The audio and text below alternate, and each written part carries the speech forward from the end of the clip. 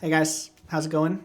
My name is Chance. I'm the owner and cinematographer at Cascara Films LLC here in Oregon. And today I wanted to talk about my experience with Red Digital Cinema in two categories. My experience with their equipment, with their cameras, and my experience with Red customer support. Okay, those are the two things that I wanted to talk about today.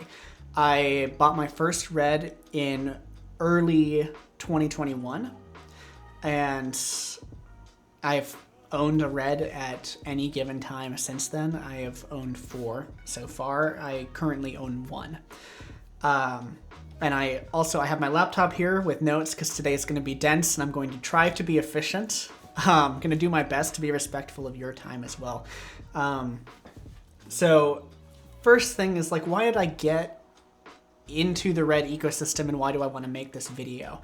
I got into the ecosystem, I think, like most people, if not everybody does, and it's for their sensors. Red makes fantastic sensors, or at least sells fantastic sensors.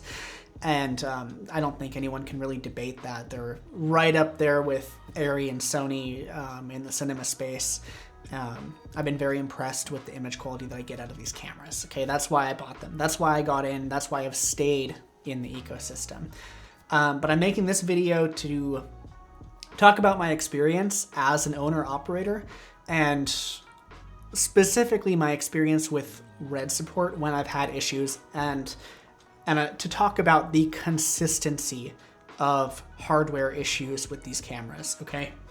As someone who has used them as my daily driver for years.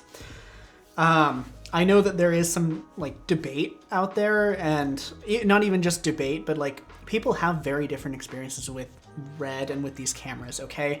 I know one guy who dropped his camera in the ocean, pulled it out, turned it off, sent it to Red without trying anything on his own. He was like, I want you to make it work, clean it up, make it work. Didn't charge him a penny, okay? And then I've been on the other side of that, and I've had consistently subpar experiences, which is why I'm making this. So a little bit about my background. I've been in the photo video game since 2019 when I got out of high school. Okay, I bought my first Red when I was 19. And I think that was a combination of, finding a good deal and having the financial ability to save up for it. And that was just a goal of mine, right? So I got into Red because I wanted to level up my game. I wanted to kind of take my video production to the next level. And I had started in drones, went into full service video, bought a Sony a7S III. And at that point I was like, okay, I want to commit, I want to do this properly. And I invested in my first Red. So a couple other things that I liked about the Red ecosystem and why I wanted to get into it, but even though I didn't fully understand all of the implications of this stuff when I first got in, the modularity has been a big thing. So my business partner and I eventually ended up settling on a 2 DSMC2 camera setup. So I had a Monstro 8K, which is what I'm recording this on. It's the only Red that I still own, actually. It's a DSMC2 Monstro. And my Dragon 6K, which is also the DSMC2 version, is the carbon fiber, the high-speed mag version. That one was the camera that I owned the longest. I just sold it in October, about 2 months ago. We would run one of them on the Movi Pro and one of them handheld or tripod. And most of our productions could be covered in one of those 2 configurations. Or we could run them both on tripods if we needed to for recording concerts or events or things like that. So that was kind of the setup, and the modularity was a big facilitating factor to make that all possible, and it was really nice because we could throw whatever modules we want on either camera. And then post-production as well. So the R3D codec is very robust, and I've enjoyed working with it for several years. I realized Blackmagic and other companies also have these compressed raw codec options. I haven't had a bunch of experience with them. I'm not dogging on them at all, but I've enjoyed using R3D and working with it in post, so that's just another plus. It's not necessarily why I bought a Red, but it was a nice a nice thing about living in that ecosystem was the codec. So now I want to talk about the issues that I've had, and I'm going to try to go in order, okay? And I don't remember exactly when these happened. I went through, in preparation for this video, and I went back through all of my emails with support and everything. So I'm going to keep this as close to what happened as possible. However, I'm going to put a disclaimer up on the screen. This is a disclaimer that's at the bottom of every single email that I received from Red Support. So I can't actually tell you or share with you the contents of those messages. So I'm going to be paraphrasing and hoping that is enough to insulate me from getting sued. So failure number one. This one kind of doesn't count. There have been 6 failures total. All right. The first one, I think it only half counts because it was already an issue with the camera when I bought it, okay? But the camera had some sort of internal issue where the scratch mics did not work, okay? And I'm not sure what, I didn't try to get it fixed. That was actually my first Red. I sold it about 2 months after buying it to fund my transition to the DSMC2 Dragon. And so it had broken scratch mics. I didn't think that'd be a huge issue. It turned out to be more of an annoyance than I'd expected, but still not a huge problem, okay? I never tried to get it fixed. So that's like issue number 6 or 5.5, you know? Beyond that, my first real issue was with my Komodo, okay? I bought the Komodo at the end of 2021, and that first issue happened while we were on a shoot for a nonprofit. We were out like running around through a field with a gimbal and hot swapped the BP batteries, and the camera just died. And it did turn back on, but suddenly the batteries were not communicating with the camera at all, okay? And every time you hot swapped it, the camera would shut off. So you can't hot swap it, and the batteries don't communicate with it anymore. I think this was my best experience with Red Support over the course of all of these issues. So I reached out to them, and they sent me a prepaid shipping label. The camera was covered under warranty, okay? They sent me a prepaid FedEx shipping label. I shipped it in, and they got it turned around, I think within a week or close to it. I was impressed, right? It was a week or two, and then they got it back to me. Covered all the shipping, didn't charge me a cent for the repairs, and got it done quickly, okay? That's like best case scenario. That's what I'd expect from Sony or Arri or any of these other people, okay? My second issue was a similar experience. I was using the Komodo, again, this darn Komodo. It only had 200 hours on it when these happened. I was shooting a wedding with the Komodo about 2 months after this, okay? So the power board died again during a hot swap. Just got fried. And I know it was the power board because Red told me that that's what happened.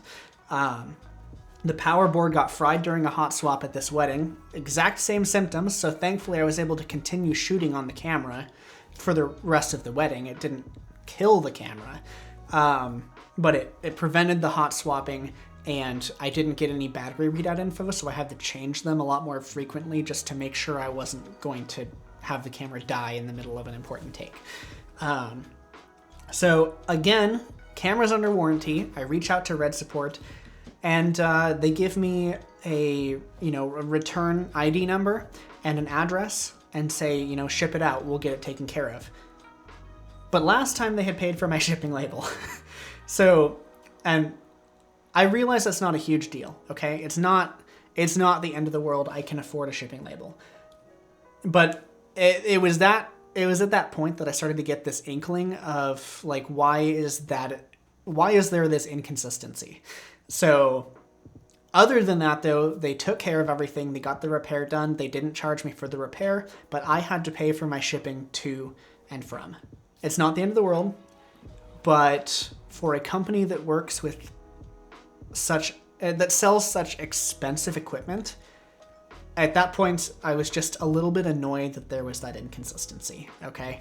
I feel like a company selling such expensive gear should kind of have that process like written down, so it's just a checklist, but I don't think they do, or if they do, it wasn't followed. So yeah, that was my second issue. And I didn't have any problems with any of my Reds for about a year after that, okay? So fast forward to February of this year, okay, February 2023. I find this Monstro for sale on eBay, and I reach out to the guy, and he agreed to sell it to me, but I needed money to pay for it. So he held it for me so that I could come up with the money, and we kind of worked out a deal like that. So I sold the Komodo to pay for that. I didn't have any issues with the Komodo since then. In fact, I kind of miss it. I don't miss having to worry about that board dying, but the form factor was nice. But yeah, I ended up pulling the money together and I bought the Monstro. And the Monstro was great. It had a lens mount connectivity issue, which we'll circle back to because it actually went away about a week after I got the camera. Like, it just wouldn't recognize that there was a lens attached or that the mount was attached to the brain. So I couldn't change the aperture on my Canon lenses that I was putting on it. But it went away about a week after I bought the camera, so I didn't really worry about it. And it came back, so I was kind of skipping ahead here. That's repair number 5, like big repair number 5, okay? But the one that I really wanted to talk about was at the end of May of this year, 2023, my DSMC2 Dragon, my workhorse for 2 years, died in the middle of an interview take while sitting on a tripod. Didn't get bumped, didn't get dropped. The Monstro was plugged into the exact same power outlet, so I'm pretty confident it wasn't some weird power surge or something. It just turned off, okay? Turned off. I booted it back up, or tried, and it just said, you know, error 1D, hardware failure. There was also like some weird like softness in 1/4 of the image frame.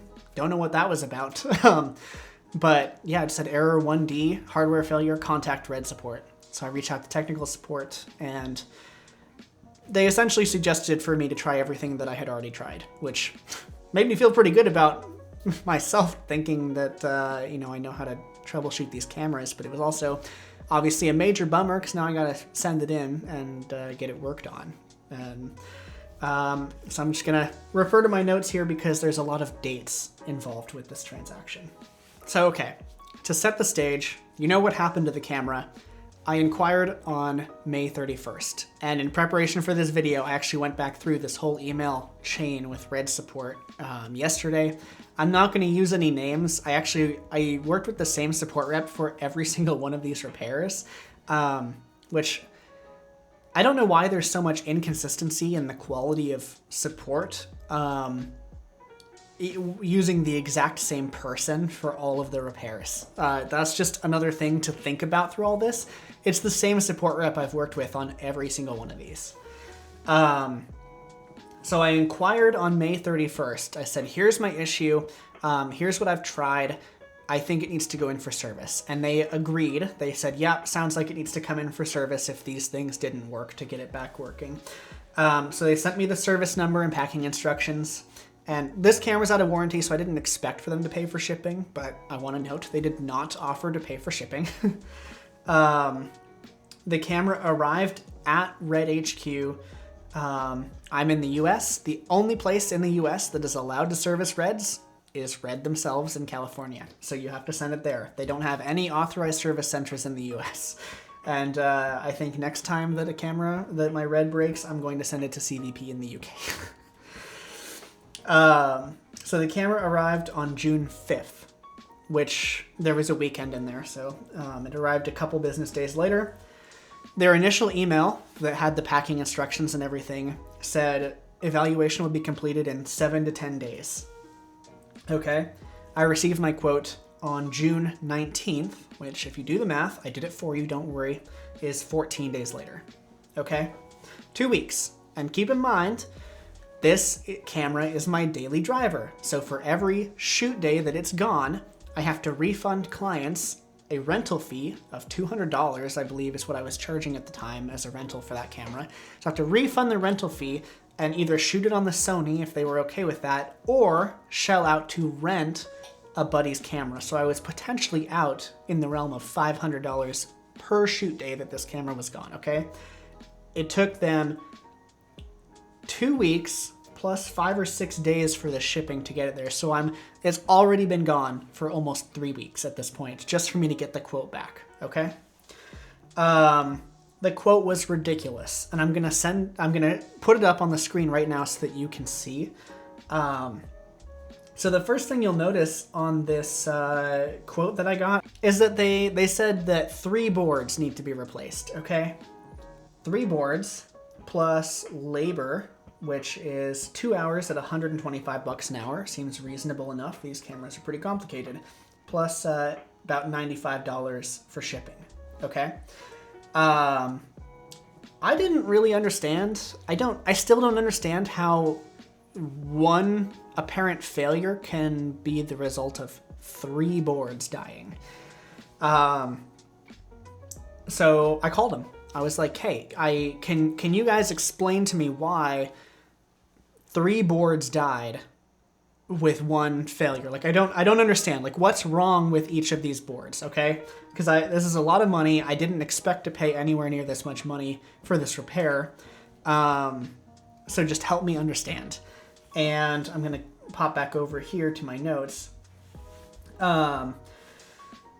So I followed up on June 20th because I hadn't heard anything. I had received the quote on June 19th, okay? I followed up on June 20th after I hadn't received a response from them. Because on the phone, essentially, the support rep didn't really know. That's not, they're not a tech. So they said they would check and get back to me. I believe they had said that same day or the next morning. And I hadn't heard back until the next afternoon. And at this point, I was kind of panicking. So I followed up again on June 20th, and I received a response late on June 20th, right before they closed, I believe. And they had said that they had named a new error that the camera had not listed on that screen when I had first packed it up and sent it off, and it was a C2C, like the letter C2C. I asked them so I sent a follow-up email regarding this message that I'm talking about right now. And that was one thing I'd asked about. They never got back to me about what that actually means. I was like, what does that error mean? I couldn't find anything online. So I asked them to let me know what the error means and what it's potentially caused by and what the symptoms are. Never told me. They didn't even bother. They also stated the right side, at the time they said the right side board is causing an intermittent right UI and lens mount issue. So symptoms, I believe, could be like the sidekick or the right side handle wouldn't communicate properly and the lens mount wouldn't communicate properly was what I understood that to mean. My problem with that wasn't happening when, before the camera died. Everything was working fine. In fact, that camera had the sidekick attached to it functioning properly when it went down. So I had an issue with that, and in a later email, I'm just going to jump ahead here. In a later email, they said that it had the potential to cause those issues, okay, in the future, because other boards of that model had been known to have these problems. You'll notice that means in their initial response describing that they actually lied to me. There's no way around it. They just lied.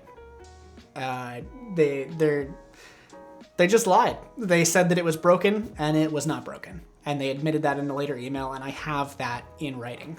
So they were trying to bill me for a $500 board that was not broken. And I asked them, I said, if you have an updated version of this board that is not functioning in some of these $50,000 or more cameras due to a manufacturing error, because I didn't drop it, people aren't dropping it causing this problem, why aren't you replacing it for free? And why was this not covered under warranty? And is a pretty common theme in this story. They said they'd get back to me and never did about that. So like I said a minute ago, I sent a follow-up email in response to their email with all of these things. on June 20th with a bunch of extremely detailed questions, because at this point I've caught them lying to me. So I was incredibly, like, excruciatingly specific with my questions, to the point that each question was a paragraph, because I'm trying to cover my bases and close the loopholes, because I don't trust this rep to be honest with me at this point. And they haven't. They told me I wasn't allowed to speak with the tech. That's another thing. I forgot to put that in my notes. I asked them to just speak to the tech who did the analysis, because it would have been a 5-minute conversation to clear all of this up, and they just refused. They said, nope, techs aren't allowed to speak with customers. Great, love that. Well, it's unfortunate because the support rep was not doing their job properly and is now lying to me and misquoting me because I'm not allowed to speak to the tech. So I had followed up on June 20th. I received a response on June 23rd, which stated that they would follow up with their team. I sent another follow-up email on July 6th. Keep in mind, I heard back on July 23rd that they would follow up with the team. On July 6th, followed up again via email because I had not heard back at all. No explanations, nothing. I received this response on July 7th that said they'd follow up with their team, which was the same thing. They said this on July 7th, same thing they said on June 23rd. Okay? This camera has been gone since May 31st. It is now July 7th, and I don't have a single answer about why these boards need to be replaced. Okay? And for every shoot day that it's not there, I'm losing at minimum $200. I had not received any more emails from that point. I did not receive any emails after July 7th, not in that thread, and none that I could find or that I remember. At that point, everything was being done over the phone, and I'm not sure why that was, but I think initially it was a courtesy, which I appreciated, because I just wanted to call and talk in person on the phone about the camera and the repair and stuff. So essentially what happened is that I received a phone call at some point in there. Between July 7th and when I finally received it back, I received a phone call, and they said, yeah, so actually, let's hop back over to this invoice here. They said, actually, yeah, so the right sideboard right here and the IOB board are both recommended repairs. That was the terminology that they used, was recommended repairs. But I mean, look at this invoice. Do you see how they've broken this up to show that these two bottom boards, you know, with the labor sandwiched between them, is I don't see where that's labeled as the recommended repairs section of this invoice. I don't know. And they said that only the ISP board was what was actually fried and needed to be replaced, okay? So I went ahead and I approved the repair of the ISP board, and it's not a repair, it's a replacement. They didn't fix the board, they replaced it. I had asked for the old broken ISP board to be returned to me with the camera. I said, I bought the camera used, I didn't buy it from you. It's my property, I want it back. I'm paying for a new board, I want the old one back. And the rep said that they would see what they could do. I get the camera back, guess what's not in the box? The ISP board. The broken ISP board is not in the box. So at this point, I'm livid, I'm pissed. I call this rep, I finally get this rep on the phone, and I'm like, what the heck? You said you'd ask, I heard no communication about this not happening. Why? At this point, it sounds stupid, but this is like piling on thing after thing after thing. I've had them lie to my face about, like, during this repair process. They told me they'd see if they could get it in the box, and now it's not in the box. I'm pissed, okay? And they basically said, yeah, go read Red's terms of service again, if you haven't already. Because it clearly states in there that all replaced components become the property of Red. Which, if you remember what I said a minute ago, they had told me that they would see what they could do and would let me know. They did not let me know. Pretty confident they did not see what they could do. And now they're telling me that it's clearly outlined. They suddenly remembered that it's clearly outlined in their terms of service that it's their property and they're not going to be returning it. So yeah, at that point I had to drop it. I can't argue with them. But yeah, that was at least the second time that I consider that lying, because I don't know how they miraculously remembered that it's in their terms of service if they didn't a week before. So yeah, that was my experience getting this DSMC2 weapon Dragon repaired. And just for context, I received the camera back in the mail on July 21st. I shipped it May 31st. They had it from June 5th to July 19th, which is almost 2 months. They had it for almost 2 months. It was costing me at minimum $200 per shoot day that this camera was gone. This is a company that sells equipment to productions that could be spending tens of thousands of dollars a day. I mean, this is just, it's negligent at best. Yeah, I'm pretty upset, which is why I'm making this video. So you can be the judge of that situation. I'm upset with how they handled it. You know, if you have a differing opinion, I would love a reason to not be as upset about this. So let me know in the comments if you think I'm being a little bit dramatic or something. You know, but yeah, that was my experience. I'm obviously very upset about this, but I tried to still present the facts about that. That was failure number 3 out of 5. Okay, I know I said there was 6. The 6th one was that broken DSMC1 camera that I got to begin with. So about 2 months after that, the 2 things happened. One, the Monstro started having the lens mount issue come back. Okay, it's not had this problem for 6 months, and now suddenly the lens mount is not talking with my Canon lenses anymore, or my Sigma lenses, or any lens that needs communication. It won't do it, so I can't change my aperture. Problematic, right? But right about the same time, I have a 480 gigabyte mini mag just die, stopped working, stopped communicating. Luckily, the only footage on there was like personal footage that I was shooting for fun, just playing around testing stuff. But yeah, lost some footage. I inquired with Red Support, and this was not necessarily Red Support doing anything wrong, or at least not the rep doing anything wrong. But just for context, okay, I paid $400 for that mag used. I reached out, letting them know the symptoms, and I sent them the log file, and they said they would not tell me the contents of the log file because some of the information is proprietary, and I said I don't want to know the proprietary information. I want to know what's broken. They refused.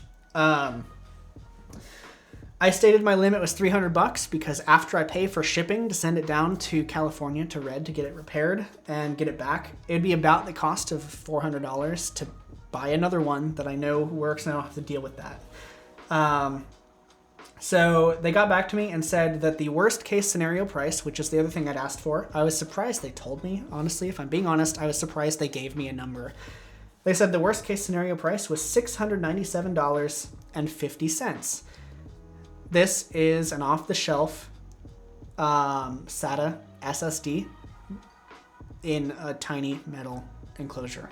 And they wanted to charge $700 to repair it, which I am extremely confident means just swapping out the SSD inside.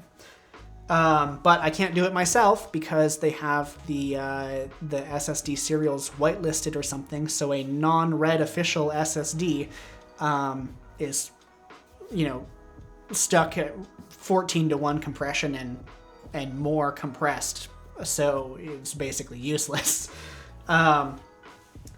So yeah, I told them I was just gonna walk, because you can buy an off-the-shelf copy of that SSD for $100 or even less on eBay, and I was like, you know, if I need another one, I'll just buy a used one. Like, this is stupid. I'm not spending $700 on it when I could get the exact same thing on eBay for $400. So I've since been using my Kippertie long take 2 terabyte mini mag, which has been great. I actually bought that one the same time that I bought the Dragon, so it's been going strong for like 2.5 years now, and it's still working great. And it has a USB-C port on it, so I don't have to haul around the mini mag reader everywhere. It's a real shame they don't make those anymore, because that one's the only reliable thing I have in this kit. So the last repair was actually with the Monstro. It was the lens mount issue that I talked about previously. I finally got to the point where I thought it was just kind of ridiculous. I was like, I'm just gonna. They couldn't give me a quote remotely, so which is understandable. I sent them the log file. They said they couldn't diagnose it from that, so I sent it in kind of blind, fully expecting that it was going to go about as well as the repair with the Dragon went. It did go significantly better than that, with one notable exception that I'll get to. Essentially, the repair, they got it in. They got me the quote within the 7 to 10 day window this time, and they just needed to replace a ribbon cable. Charged me $180 for the part and some labor and shipping. It worked out to be $400 and some for the whole thing, all in. I fully expected to get another $2,700 quote for that one too. So that was a pleasant surprise that it was under $400. I'd been budgeting about $1,000 for it, so that worked out well. However, I had asked for the camera to be returned to me by September 20th, which at the time that I sent it in, I didn't put it in my notes. I don't remember exactly when I sent it in, but I know that it was at least a month between when I sent it off to them and when I needed this back, because I was going to Canada for a big production that I needed the Monstro for, and I told them that I needed it back by September 20th because that was the date I was leaving. I was like, if you send it with UPS, it'll get here in the morning, 10 a.m. Before I leave, and that'll be fine. I asked them about that 3 times, went back through the email chain 3 times. I had asked them to have the camera back by September 20th, and I told them that I'd be willing to pay fees to expedite it or whatever needed to happen. Not one of those times did they acknowledge it. They would acknowledge everything else in my emails, but they would not acknowledge that. Okay? They shipped it out on September 20th. And it got delivered after I had already gotten to Canada.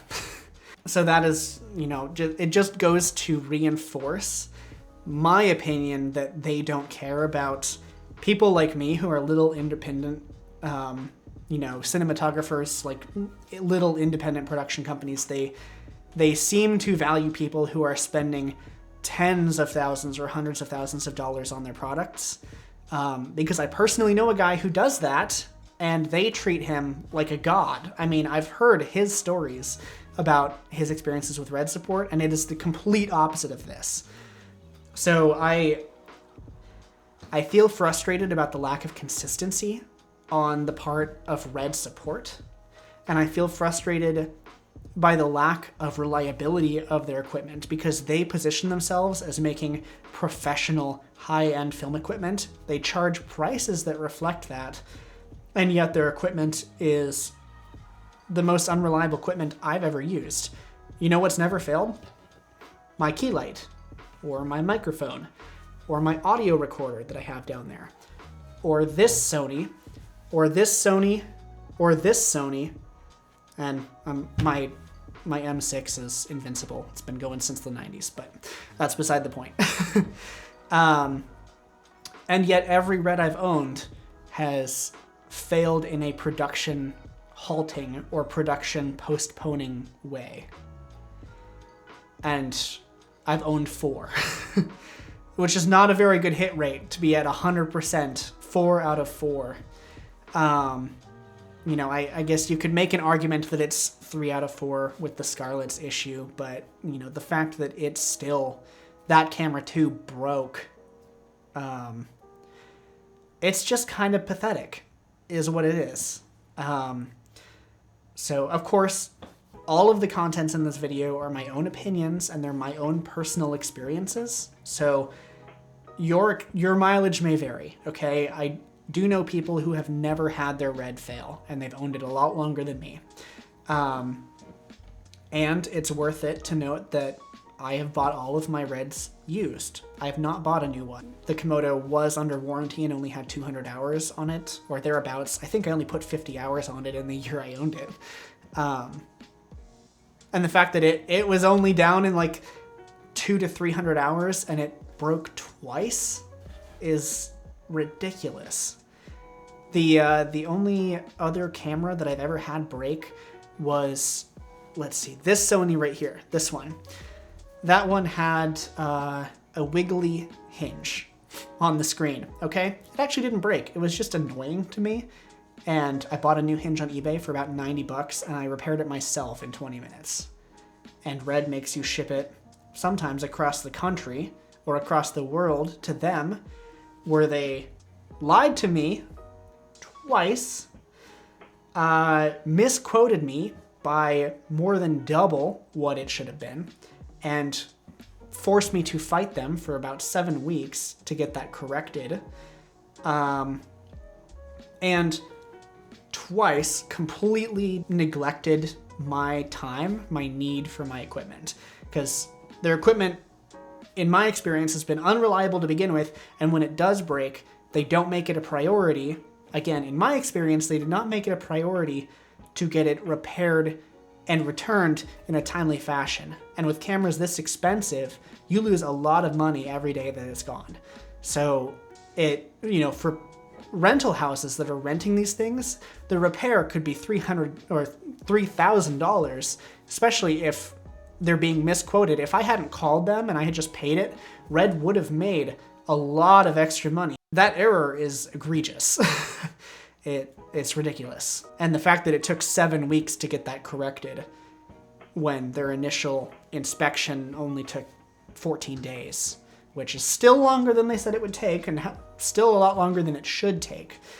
Yeah, that was my experience with Red and with their support and with their equipment. And I do still have the Monstro. So getting into my final thoughts and my takeaways and stuff, I gotta wrap this up. I wanna reiterate that these are my personal opinions and my personal experiences. First and foremost, I do, as part of my conclusion today, I want to reiterate that they make great sensors, okay? I don't want to dog on their sensors. They make some of the best sensors in the industry, which is why I still own one. And the versatility of their ecosystem is great. I enjoy the modularity of DSMC2, but DSMC3 also, the compact form factor is really, really nice. And I really miss the Komodo, if I'm being honest. That camera was awesome, but the reliability just didn't do it for me. As far as I'm concerned, they're not professional tools, because I don't show up to a shoot and feel confident it's gonna last the whole day. I just don't. And that, to me, is not a professional tool. I can roll up with any one of these Sonys and know that it's gonna work all day. It's gonna run all day just fine. It's gonna sip batteries. It's gonna record to 2 cards simultaneously, which Red still hasn't figured out how to do for some reason. And I know it's just gonna work. And I don't feel confident promising that to clients. So at this point, I've had to add a disclaimer to my contract that says these cameras could fail and it's not my fault, and I'll reshoot it for free if that happens. I've talked about them a lot, but I want to reiterate my 2 main issues with Red that are my personal justification for professionally distancing myself from their products, okay? Number 1, their products have a long history of reliability issues, at least for me personally. I've heard lots of other people talk about their issues, but I think there might be some bias there because people are more motivated to talk about their experience if it's a negative one, okay? So I'm not saying that all Red products are unreliable. I'm saying that every one that I have used is unreliable. At least unreliable by my standards, okay? And I want to have high standards, not just for me, but for my clients, okay? I have on multiple occasions now, at least 2 that I can think of right off the top of my head, I've had to tell a client in the middle of a shoot, hey, my camera just broke, so we're not gonna be able to do XYZ today. And that sucks. I have not had to do that since I switched to using 2 A7S3s as my daily drivers. My second point is that their customer support and potentially company culture as well is all over the place.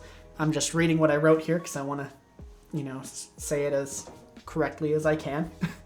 And for a company positioned to support professionals, the experiences and particularly particularly the inconsistencies I experienced with Red support, is completely unacceptable for me as a professional, okay? If I was just using it for fun, the camera's gone for 2 months, yeah, it sucks, but it's not the end of the world. But for me as a professional who is already under contract with clients that are expecting these cameras, it's putting me in a really, really tough, tight position that I shouldn't have to be in. As a professional that has spent, at this point, tens of thousands of dollars on their cameras. And it's completely unnecessary. It's just unnecessary. And they put a confidentiality disclosure on their support emails, including the automated emails that get sent to me from my records of what I said to them. Like, I'll go onto their website and I'll type in my response to their support team, and I'll get an email that's completely automated that adds what I said to the list. And the email that is just what I told them also has a confidentiality disclosure on it. I'm not sure what that's about. In my opinion, that energy would be a lot better. That energy that they spend trying to cover their butts for poor support, at least that's what it looks like to me, would be a lot better spent in just building cameras that are reliable to begin with. Arri figured it out. I'm sure Red can figure it out too. Sony figured it out. Canon cameras are pretty good. I don't understand why cameras that are still so expensive still have so many issues. And I know DSMC3, from what I've heard, is plagued with these problems too. I owned one of those cameras and it had more consistent issues than any of the other ones. What did I learn from this experience? Again, I'm going to be mostly reading off the laptop here. I learned that it's not worth it for me to continue shooting on Red for all my productions. I was really, really stoked about that. I'm going to be honest. I was stoked because the prices were coming down and the quality was so good. I was here for it. I was ready. I bought a bunch of V-mount batteries. I was ready to go. And then all this happened, okay? I realized it's just not worth it. It's expensive to get them fixed. You don't know when you're going to get it back. And at this point, I don't trust them to be honest with me. I don't trust them to tell me the truth, which I can't do it. I can't do that.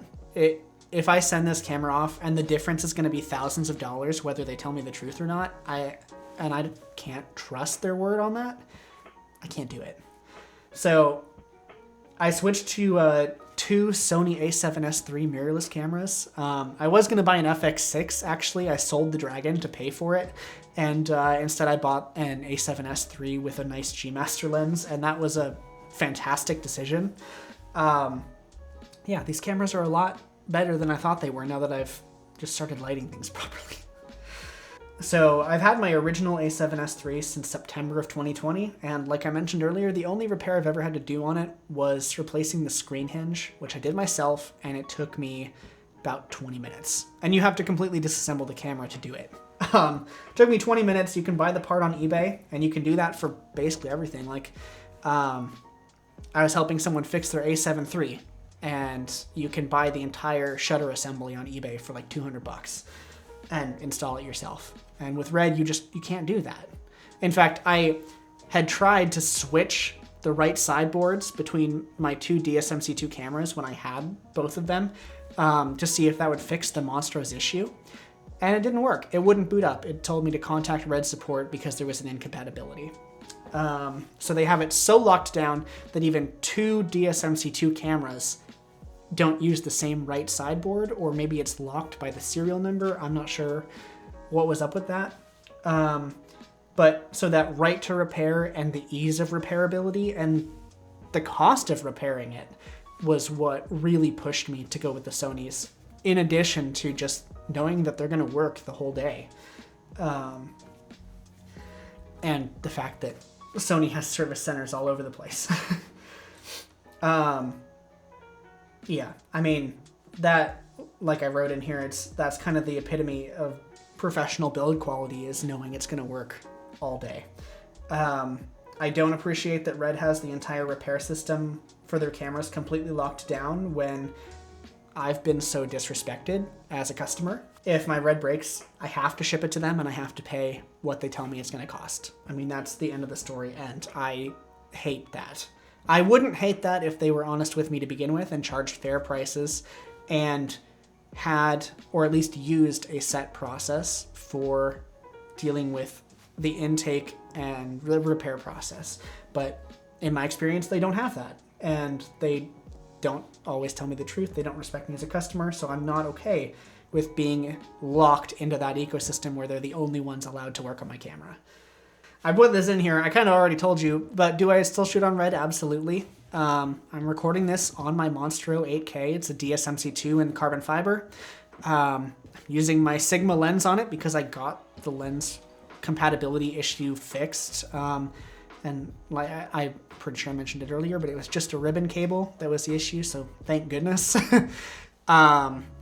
So yeah, I've been distancing myself from the ecosystem. I sold the Dragon, I sold a bunch of other components, but I still have like the V-mount expander module and like the jetpack module and things and the touch LCD, you know, all the things that I need to still run it in the configurations that I'd like to when I need to, especially for personal projects, or I'm using it for YouTube, which seems backwards. You'd think I'd use this one for the professional stuff, but recording this YouTube video, it doesn't matter as much if my card fails or if the camera shuts down. It does in front of a client. And that's kind of the message for today, is reliability matters most when you're in front of your client, and the how expeditious the repair process is critical when you're working with equipment this expensive, especially when your clients are paying you to use that equipment. With my Sony, I don't charge for it, so I can swap it out for another Sony and just let the client know, hey, we're going to use a slightly different camera today, it'll be fine. And they don't care. But with the Monstro, the client hired me to bring the Monstro. I can't just be like, hey, sorry, we're going to shoot on my Sony today, actually. Sometimes they were fine with that, which was awesome because we got it to look about as good. But sometimes they are not fine with that. So you need it to work, and I don't trust it to work anymore. I do still offer it to clients, for those wondering. I still offer it, but I explain to them beforehand at least part of this story and how that's a possibility. So I just let them know. I'm like, yeah, let's do it. I'll do reshoots for free if it comes to that. But you know, we need to prepare, essentially, is we need to prepare for the possibility that this camera is going to die in the middle of that interview. And I don't like having to have that conversation, but I still offer it to clients that feel like they need it. So I hope this video has been helpful or interesting or informative. Everything I've talked about in here is my own personal opinion, or at least things that can be opinions are my personal opinions. I have been as fair as I can be with Red, and I've told you to the best, I've explained to the best of my ability these situations and the timelines and things while being restricted by Red's own confidentiality policy. So let me know if you have any questions about Red cameras. Like I said, I've been using them for several years now. So even though I'm not going to be working with Reds as often, I still own one. So if you have questions about it, I'd love to answer those. And feel free to reach out. I mean, through the website, cascarafilms.com, there's like a contact form if you guys have any specific questions you don't want to post in the YouTube comments or just want to connect, hit me up. So yeah, that has been my experience with Red Digital Cinema, with their hardware and with their support, and with them as a company so far. I guess if my opinions change, I'll post those in the comments down the road. But yeah, it looks like my relationship with Red is slowly coming to an end, and for now I'm keeping the Monstro, but if I decide to sell that, I'll add that as an update as well. So if you've made it this long, thank you so much for watching, and please consider subscribing. I'm trying to post a bit more consistently on YouTube these days. Yeah, and if there's other videos you guys want to see, just let me know. So thanks for watching. Have a good one. See ya.